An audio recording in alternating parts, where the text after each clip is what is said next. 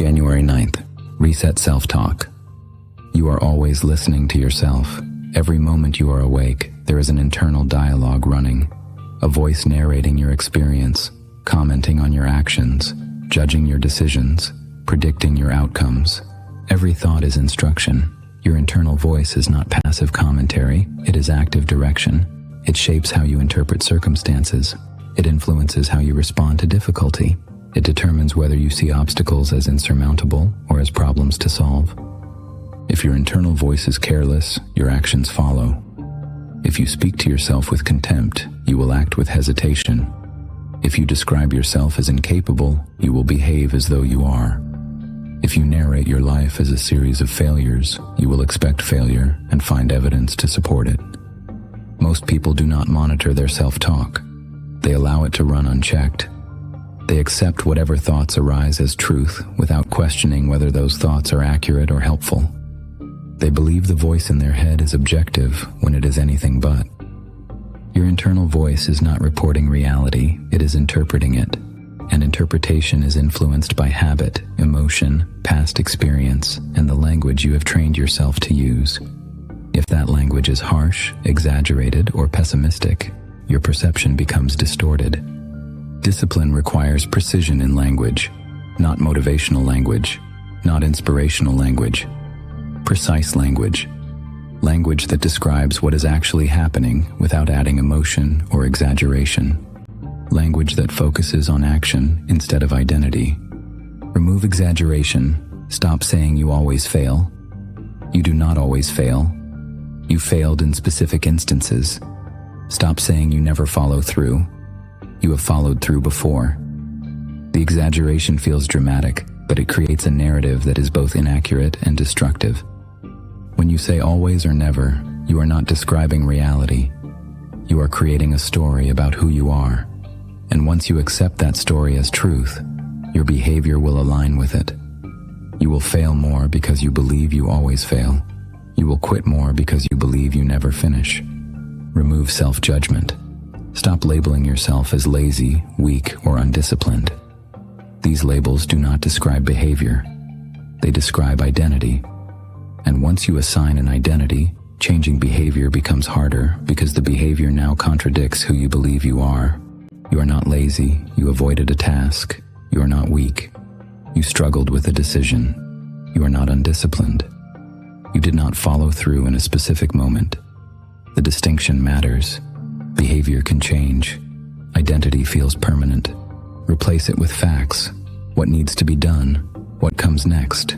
No emotion, no story, no interpretation, just observation and instruction. You did not complete the task. The next action is to start now. You missed a workout. The next action is to go tomorrow. Facts create clarity. Stories create confusion. Facts tell you what to do. Stories tell you why you cannot. Facts focus on the present. Stories dwell on the past or predict the future. Facts are actionable. Stories are paralyzing. Calm thinking creates calm execution. When your internal voice is steady, your actions become steady. When your self-talk is free of panic, exaggeration, and judgment, your decision-making improves. You stop reacting emotionally. You start responding logically. Most people operate in a state of internal chaos. Their self-talk is loud, critical, and irrational. They narrate their lives as emergencies. They interpret every setback as catastrophic. They describe every challenge as impossible, and then they wonder why they feel overwhelmed. The volume of your internal voice does not indicate its accuracy. Loud thoughts are not more true than quiet ones. Urgent thoughts are not more important than calm ones. Your mind will create drama if you allow it. Your job is to refuse the drama and return to facts. When you notice exaggeration, correct it. When you notice judgment, replace it with observation. When you notice emotion clouding your thinking, step back and describe the situation as though you were explaining it to someone else. Remove yourself from the narrative and focus on what is actually happening. Your internal voice can be trained. It is not fixed. It is not beyond your control.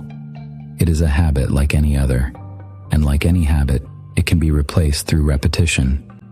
Start by noticing what you say to yourself when things go wrong. Notice the language. Notice the tone. Notice whether you are describing the situation or dramatizing it. Notice whether you are focusing on what went wrong or what comes next. Then adjust. Not by forcing positivity. Not by pretending everything is fine when it is not.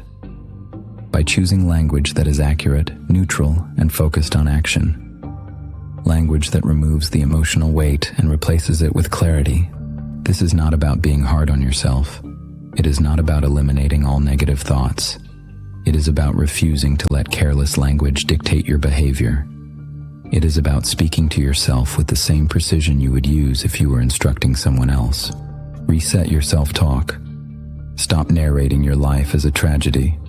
Stop describing yourself in absolutes.